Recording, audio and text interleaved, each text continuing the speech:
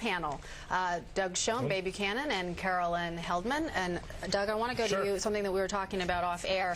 Everyone keeps saying this is a referendum on Obama, when in fact it's usually a referendum on the incumbent, which would be George Bush and to a certain extent John McCain, because he's a well-known person. How do you see that? Well, I think you're right, Kirsten. It has become a referendum on Obama for two reasons. One, because he's let it become one. He hasn't answered American voters' questions about him. And McCain has made the issue Barack Obama, and Barack Obama has failed to make the issue the Bush-McCain policies. That's why it's happened. But, I mean, I feel like he talks a lot about those issues. How do you think he could turn it around to be more focused on that? Focus is the key word. Each day there should be a message of the day about what Bush-McCain policies have done to America. $489 billion deficit, nary a word from Obama. High gas prices, he's taking the blame. The economy, which is softening, he's taking the blame, not Bush and McCain. That's the real problem with the campaign. And Baby Cannon, John McCain hasn't been running really exactly the most impressive campaign out there. And this week, as you know, he's got conservatives upset about what he said about you know, putting everything on the table in terms of taxes. How would you sort of gauge where his campaign is? Listen, John McCain upsets conservatives every week. I'd be surprised if I wasn't upset by something this particular week. But you got to give the guy credit. Obama is bigger than life, huge. National press is applauding him at press conferences at this stage. And yet McCain is holding his own out there, even though he does have a campaign that makes mistakes. I think John McCain is going to have to put something together here before this convention, start running a much smoother, tighter operation, pick himself a vibrant vice president, and really turn this thing into a strong, energized campaign. If he doesn't, he'll not win. But the amazing thing is he can win. But not only that, and it's still close. And exactly. You know, Caroline, I want to go to you.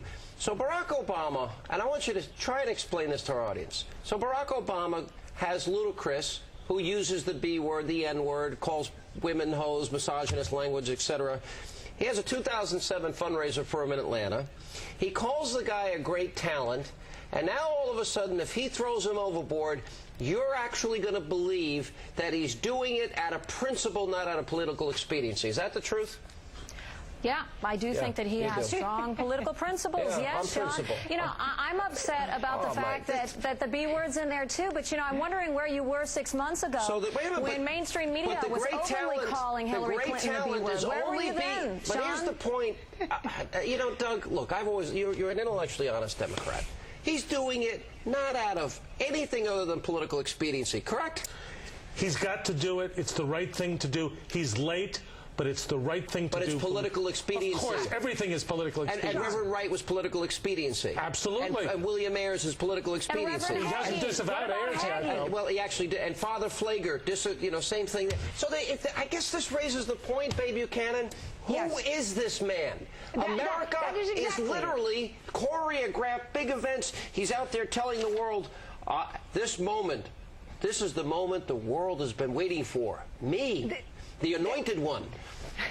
And we're not allowed to make any assumptions about who he is and what really drives him and where he would take this nation by looking at his past. We're not allowed to look at any of his associations. No, this is a huge double standard because, you know, look at conservatives. If we're found at a convention that had one bad speaker, a bad guy that you and I would both agree we wouldn't support, but he was at the same conference with us, we are labeled for life. You know what? This is an incredible double standard here that the Democrats are playing. I used the term for years, Clinton Kool-Aid drinkers. There's now the Obama Kool-Aid drinkers. The anointed one can do no wrong. He's perfect. And even if he disassociates from his great friends, it's just because it's the right thing to do. Thank goodness for George Bush. Otherwise, it would be a much tougher election. All right, and coming up, The Hill just released its annual list of Washington's most beautiful